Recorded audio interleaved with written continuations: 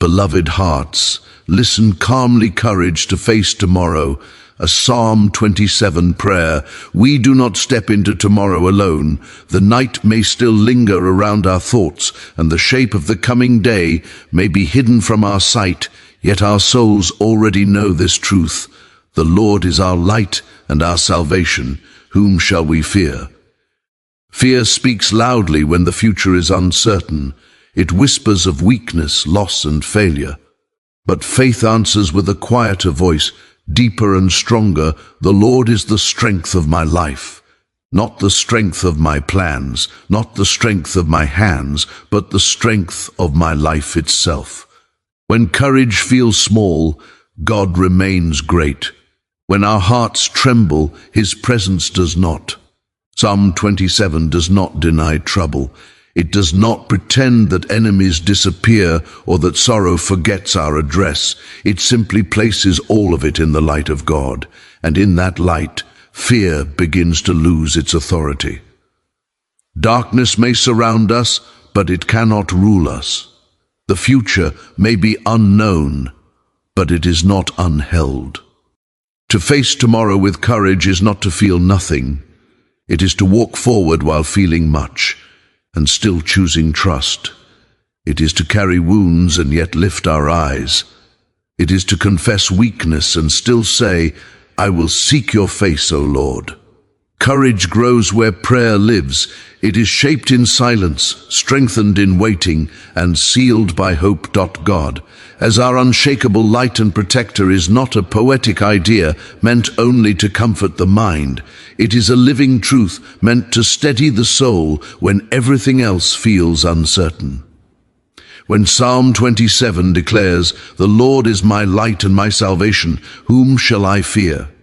It speaks not from a place untouched by danger, but from a heart that has learned where true safety rests. Light does not erase the night, but it governs it. It does not argue with darkness, it overcomes it simply by being present. In the same way, God does not promise a world without trouble, but He promises His presence within it, and that presence changes the meaning of every fear. Human courage is fragile. It rises with confidence and collapses with disappointment. It depends on health, on resources, on approval, on circumstances behaving as we wish. One unexpected loss can drain it. One harsh word can weaken it. One uncertain diagnosis can silence it. But the courage that grows from God does not depend on the stability of the world. It depends on the faithfulness of the one who made it. When the soul learns to rest in God as light, fear loses its throne. It may still speak, but it no longer rules.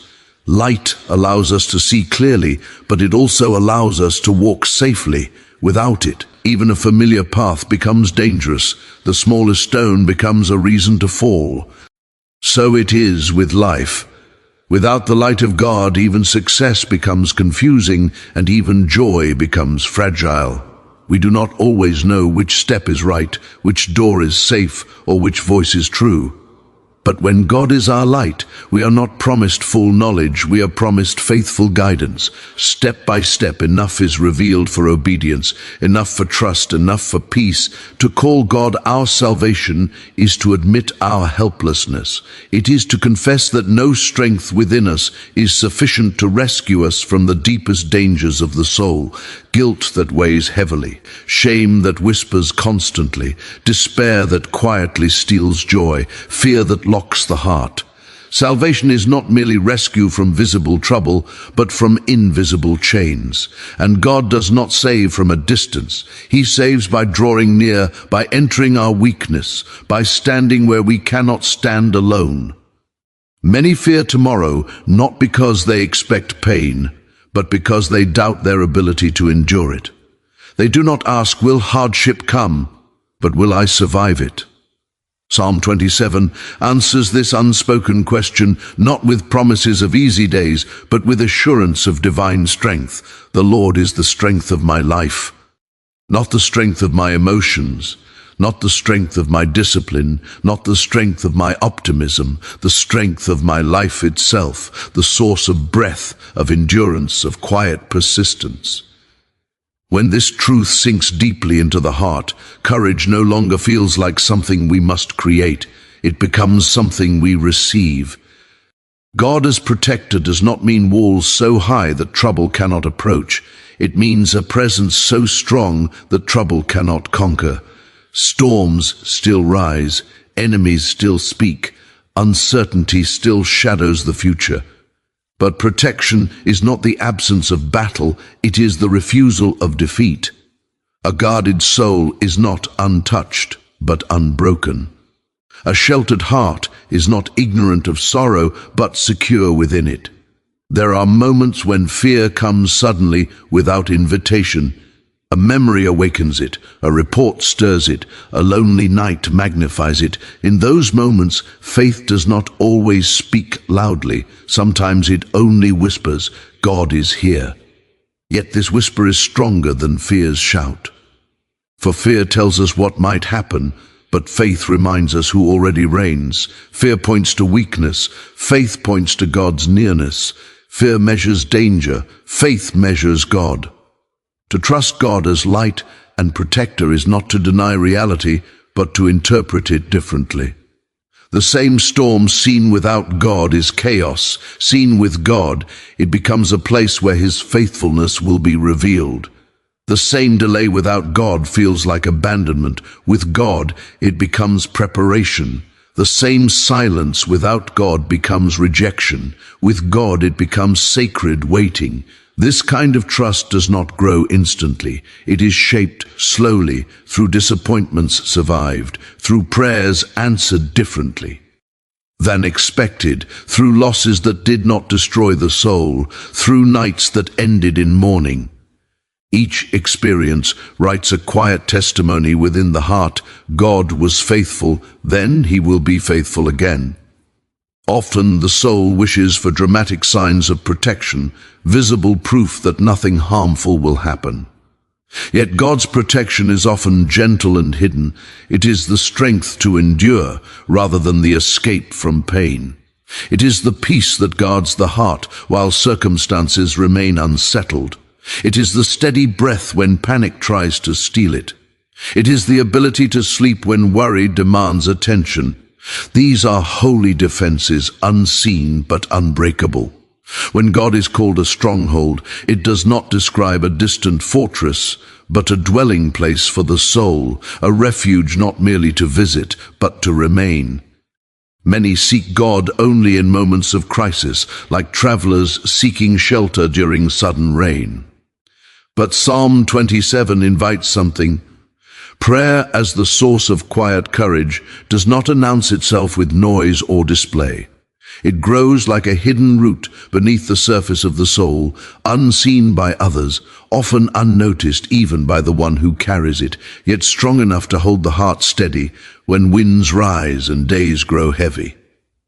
Many search for courage in outward strength, in confident speech, in firm decisions, or in the appearance of control, but the courage born of prayer is different.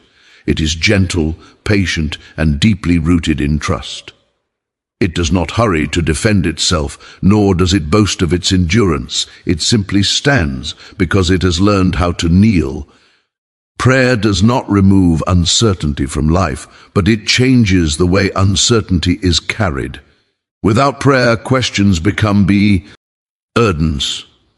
With prayer, questions become offerings. The future always arrives wrapped in mystery, and the human heart naturally resists what it cannot measure or manage. Yet prayer teaches the soul a sacred surrender, not the surrender of defeat, but the surrender of trust. It whispers to God what the heart cannot solve, and in doing so it releases what it was never meant to hold alone. To seek God's face, as Psalm 27 declares, is not merely to ask for answers, but to desire His presence more than explanations. Many prayers are born from fear, but deeper prayers are shaped by longing. The soul begins to say, not only, Lord, change this, but also, Lord, remain with me in this. This desire forms courage because it teaches the heart that it is never abandoned to face tomorrow by itself. There are seasons when prayer feels strong and full of words, when faith rises easily and hope feels close. But there are also seasons when prayer becomes quiet, when language weakens and sentences collapse into silence. Even then, prayer does not lose its power. Silence before God is not emptiness, it is trust resting.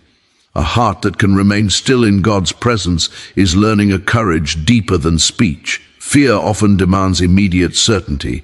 It asks for guarantees, timelines, and proof.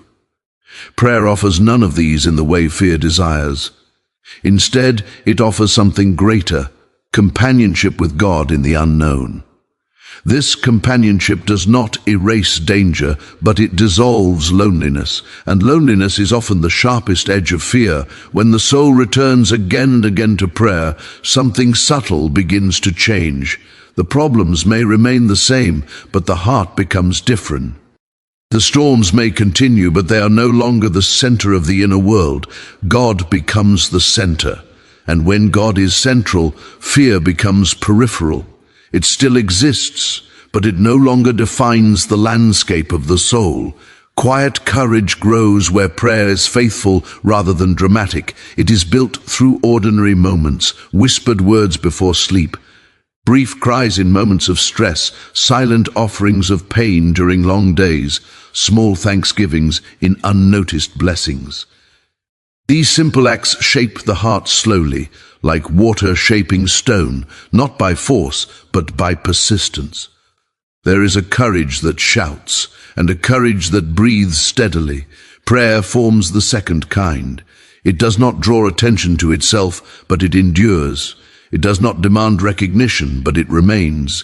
It does not pretend that fear has disappeared, but it refuses to let fear become master. Waiting is one of prayer's most difficult teachings. The heart desires quick relief, swift resolution, immediate peace. God often offers instead his presence in the waiting. And waiting, though uncomfortable, becomes holy ground when shared with him. It stretches faith, not to weaken it, but to deepen it. The soul begins to understand that God's timing is not absence, and delay is not denial. Prayer also teaches the courage of honesty. In God's presence, the heart does not need to perform strength. It can confess its trembling, its doubts, its weariness. Such confession does not diminish courage, it purifies it. False courage is built on pretending. True courage is built on truth offered to God. The future frightens many because it feels empty, like a wide space with no visible support. Prayer slowly fills the space, not with details, but with God himself. And a future held by God is no longer empty, even if it remains unclear. When trouble comes suddenly, prayer becomes instinct before it becomes speech. The heart turns toward God, not because it has planned to, but because it has learned to. Habit becomes refuge. Practice becomes protection. The soul that has often met God in calm moments will recognize him in storms. Prayer also teaches the heart to release what it cannot carry. Control loosens its grip. Pride softens, anxiety exhales. In this release, courage is born, not the courage of self-reliance, but the courage of trust. There are prayers that ask for change and prayers that ask for strength. Both are sacred, yet it is often the second that forms the deepest courage. When the soul learns to say, even if this remains, remain with me, fear begins to lose its authority. In prayer, the heart remembers that tomorrow belongs to God before it belongs to us. The coming day is not wild or ownerless. It is already known by him, already measured by his wisdom, already surrounded by his care. This knowledge does not eliminate struggle, but it gives struggle a boundary. Courage shaped by prayer is not loud enough to silence the world, but it is steady enough to walk through it. It is not bold enough to promise victory in every circumstance, but it is faithful enough to promise endurance. And so the soul continues to seek God's face, not because all questions have been answered, but because his presence has become more precious than certainty. Prayer becomes the place where fear is laid down again and again, where weakness is spoken without shame, where hope is reborn quietly, like dawn entering a dark room without sound.